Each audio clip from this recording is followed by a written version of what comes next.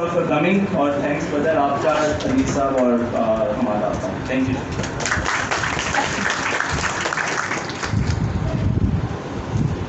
شکریہ سر. Our next speaker, Mr. Hamad Azhar, is a barrister by profession and a renowned Pakistani politician. He is a member of Pakistan National Assembly and served in various ministerial positions. He served as Energy Minister of Pakistan. He also served as Federal Minister for Economic Affairs, Federal Minister of Industries and Production, Minister of State for Revenue and Federal Minister for Revenue. آپ نے اپنی تعلیمی، سماجی اور سیاسی سفر میں اپنا مقام آپ رکھتے ہیں. آپ کے وجود رانا نے آج کے اس پروگرام کو وہ دلکشی عطا کی ہے کہ بے ساختہ زبان سے یہ شعر کہ سفر آغاز جب کرنا تو بس اتنا سمجھ لینا، جہاں میں کامیابی کی یقین والوں سے یاری ہے، اگر تم بھی یقین رکھو تو پھر منزل تمہاری ہے. آپ کی بھرپور تالیوں میں آج کے مہمان خصوصی کا سمان. کیا نام ہے؟ بسم اللہ الرحمن الرحیم. ڈاکٹر ارسلان خالد صاحب، نہایت قابل احترام گیسٹ آف آنر، میرے ساتھی طالب علم، آپ سب کا بہت شکریہ. اس عالی شان ادارے میں پنجاب یونیورسٹی میں مجھے آج مدعو کیا گیا، اور یہ جو ٹاپک ہے آج ہمارا اور جو ہم آج پروگرام لانچ کر رہے ہیں، یہ بڑا ایک امپورٹنٹ پروگرام ہے. میرا خود تعلق انڈسٹری سے رہا ہے 15 سال، اور میں جانتا ہوں کہ انڈسٹری میں اور اکیڈیمیا میں بڑا کام ہے.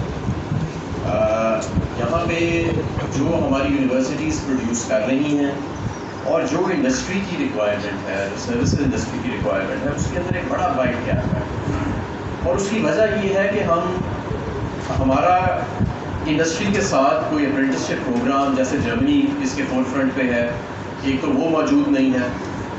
دوسرا، ہمارا ابھی بھی جو فوکس ہے وہ ڈگریز کے اوپر ہے، جو کہ بہت اہم ہے، لیکن اسکل ایکوزیشن کے لیے ابھی بھی ہمارا شاید وہ اس طرح کا فوکس نہیں ہے.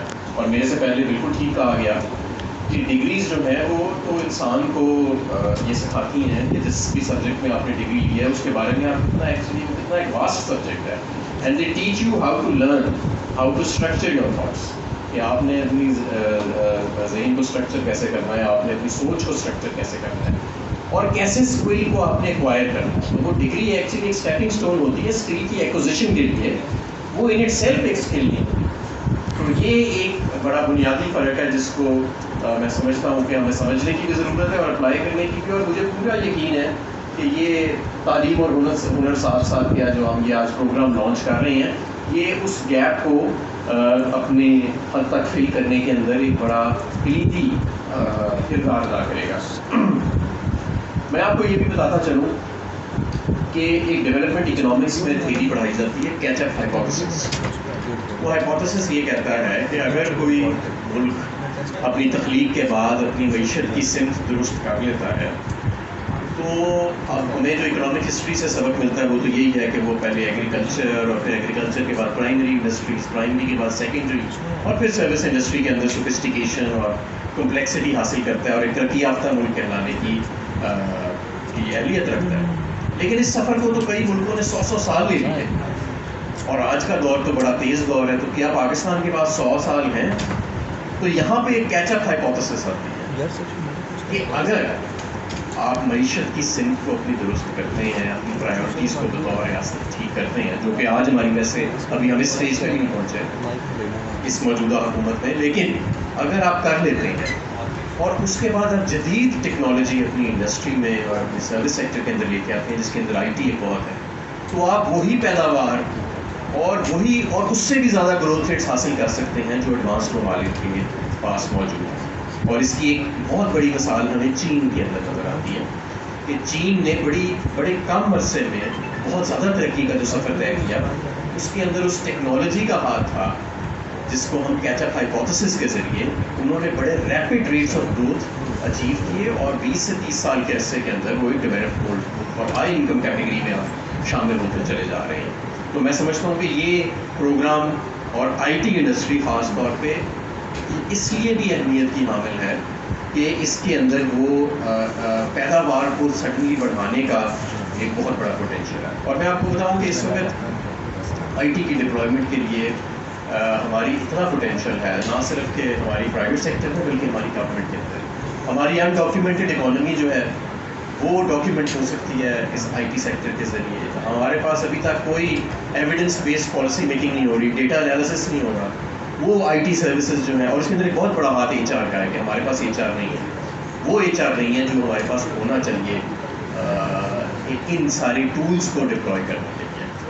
تو ہمیں یہاں بہرحال میں سمجھتا ہوں کہ روایتی جو ہمارا تعلیمی اسٹرکچر ہے اس سے اب ہمیں بڑا ریڈیکلی ریفارم کرنا چاہیے، اور انڈسٹری ایکیڈیمیا جو مس میچ ہے اس کو ہمیں بریج کرنا چاہیے. ہمیں ڈگریز کے بعد اسکل ایکوزیشن کے اوپر ہمیں بہت زیادہ توجہ دینی چاہیے. اور اگر ہم یہ سب کچھ کر لیں تو آج جو ایچ آر کو یہاں اگر ہم اپنے ملک میں ٹھیک کر لیں تو میں سمجھتا ہوں کہ یہ ملک جو ہے اس کی ایک لمٹ لیس پوٹینشیل اس کے اندر الحمدللہ ہے. یہی چیز میں سیاست میں بھی کہوں گا کہ سیاست میں بھی ہم اسی روایتی انداز سے ابھی تک چلے آ رہے ہیں، اور جو ہمارے پولیٹیشینس پارلیمنٹ میں آتے ہیں ان کے پاس کوئی اسکل سیٹ نہیں ہوتا. وہ جنازے پڑھ کے اور اپنے علاقوں میں جس طرح بھی جو ہمارے طریقے ہیں پٹواریوں کے ذریعے اور دوسرے کے ذریعے ووٹ حاصل کرنے کے، وہ تو پہنچ جاتے ہیں، لیکن اس کے بعد جب وہ اسمبلی میں پہنچ جاتے ہیں تو جب پالیسی میکنگ کی بات ہو رہی ہوتی ہے تو وہ ایسے منہ اٹھا کے دیکھ رہے ہوتے ہیں کہ جیسے کہ کسی اور زبان میں بات ہو رہی ہے. اور یہ بہت بڑی تعداد ہے ایسی، آپ کو جان کے حیرت ہوئے گی. تو وہاں پہ بھی اگر آپ دیکھیں گے تو کیونکہ ہمارا اسٹرکچر سیاست کا ایسے ہے کہ وہ عمران خان صاحب عموماً کہتے ہیں کہ وہ لیڈرز پروڈیوس نہیں کرتا، وہ پگمیز پروڈیوس کرتا ہے، وہ پونے پروڈیوس کرتا ہے. وہ لوگ پروڈیوس کرتا ہے جو میونسپل لیول کی سیاست جو ہے اس کے اندر ان کی ساری سوچ ہوتی ہے، ان کی کوئی میکرو سوچ نہیں. وہ آج بھی آپ کبھی آپ جائیں نا کسی منسٹر سے پوچھیں کہ بھائی آج آپ نے کیا کام کیا، تو وہ آپ کو کہیں گے جی آج ہم نے اتنے ٹرانسفر پوسٹنگس کیے، آج ہم نے اتنے لوگوں کی کھلی کچہری کی، اتنے لوگوں کا یہ کیا. وہ آپ کو ٹرانسفارمیٹیو ریفارمس کے بارے میں کوئی بات نہیں کر سکتے کہ وہ ٹرانسفارمیٹیو ریفارمس کیا ہے جس کی بنسبت آپ کو کھلی کچہری نہیں کرنی پڑے گی. وہ اٹ سیلف ایک سسٹم کا فیلئر ہے کھلی کچہری کہ آپ کو منسٹر کی انٹرونشن چاہیے کسی کو اس کا حق دلوانے کے لیے یا کسی ایک سے حق لے کے دوسرے کو دینے کے لیے. تو وہ آپ کو ٹرانسفارمیٹیو ریفارمس کے بارے میں کچھ نہیں بتا سکے. ٹرانسفر پوسٹنگز بھی ایک سسٹم کا فیلئر ہے، یعنی کہ ایک سسٹم ایچ آر کی مینجمنٹ کا ایسا موجود نہیں ہے حکومتی ڈپارٹمنٹس کے اندر جہاں پہ میرٹ کی بنیاد کے اوپر اور نیڈ کی بنیاد کے اوپر ٹرانسفر پوسٹنگز کی جائیں، بلکہ سفارش کی بنیاد کے اوپر کی جائیں.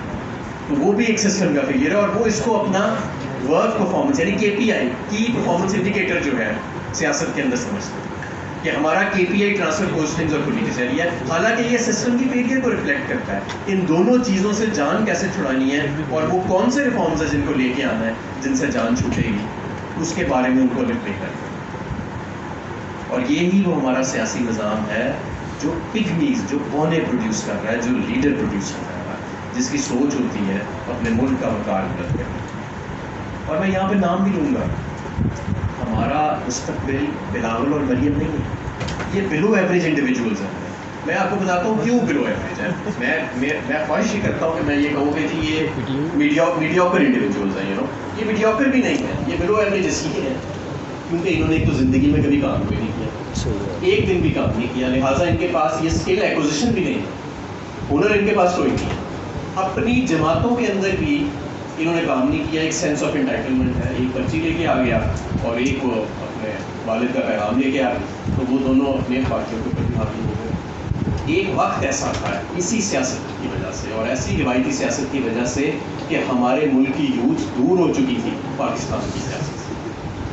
سیاست کو ڈسکس کرنا جو ہے وہ ایک صاحب جس نے کہتے ہیں نا کہ اس کو اچھا نہیں سمجھا جاتا تھا یوتھ کے اندر. اور آج آپ دیکھ رہے ہیں کہ یوتھ پاکستان کا سیاسی منظر عام تبدیل کر رکھا ہے، سرے سے تبدیل کر. 70% پاکستان تو یوتھ ہی ہے نا، انڈر 35 ہے سارے. تو سب سے بڑا اسٹیک ہولڈر تو یہی ہے. اور یہ جو یونیورسٹیز ہیں ہماری، ان کو تو نرسری ہونا چاہیے صرف سیاست دانوں کی نہیں بلکہ سیاسی آئیڈیاز.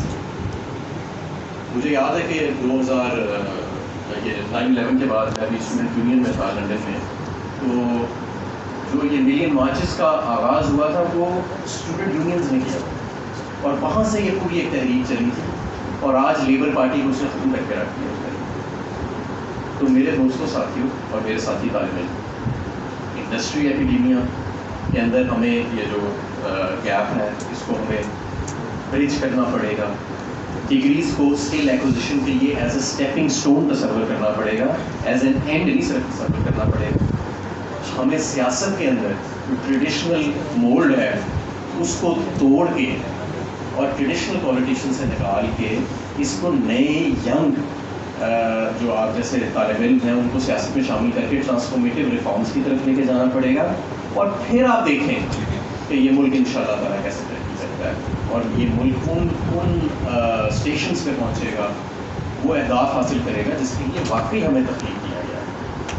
تو میرے دوستوں ساتھیوں, آج ہماری معیشت بھی بڑے خطرے میں ہے اور آپ دیکھ رہے ہیں کہ کوئی ڈائریکشن نہیں ہے ہمارے ملک کی معیشت کی, لیکن میں آپ کو یقین دلانا چاہتا ہوں کہ مایوسی کی بات نہیں ہے. ہر رات کے بعد ایک صبح ہوتی ہے اور انشاءاللہ تعالیٰ یہ جو ابھی ہمارے اوپر موجودہ نظام ہے یہ ختم ہوگا اور یہ سختی ختم ہوگی اور ہم انشاءاللہ تعالیٰ ریکوری اور ریپیئر کا جو ایک سلسلہ شروع کریں گے وہ ہمیں انشاءاللہ تعالیٰ واپس عروج کی بلندیوں پر لے کے جائے گا. میں یہ بھی آپ کو بتاتا چلوں کہ آج سے چند ماہ پہلے تک ہماری ڈائریکشن زیادہ دور نہیں تھی ان چیزوں سے. ہماری آئی ٹی ایکسپورٹس جو تھیں وہ ڈبل ڈیجٹس میں جا چکی تھیں. آج انفارچونیٹلی اسٹارٹ اپس کلوز ہو رہے ہیں دوبارہ. ہماری روایتی ایکسپورٹس کے اندر ویلیو ایڈیشن آنا شروع ہو گئی تھی. $24 ارب پہ ہم نے یہ ملک سنبھالا تھا جب ایکسپورٹس تھی, اور جب ہم چھوڑ کے گئے تو $32 ارب تھی صرف 3.5 سال کے عرصے کے. اور ایک لارج اسکیل انڈسٹریلائزیشن جو ہے وہ پاکستان کے اندر شروع ہو چکی. آٹومیشن اس کے پیچھے ایک بہت بڑا عنصر تھا. لیکن انشاءاللہ تعالیٰ ہم واپس اس راستے پہ جائیں گے اور انشاءاللہ تعالیٰ یوتھ کے ساتھ واپس اس راستے پہ جائیں گے. بہت شکریہ.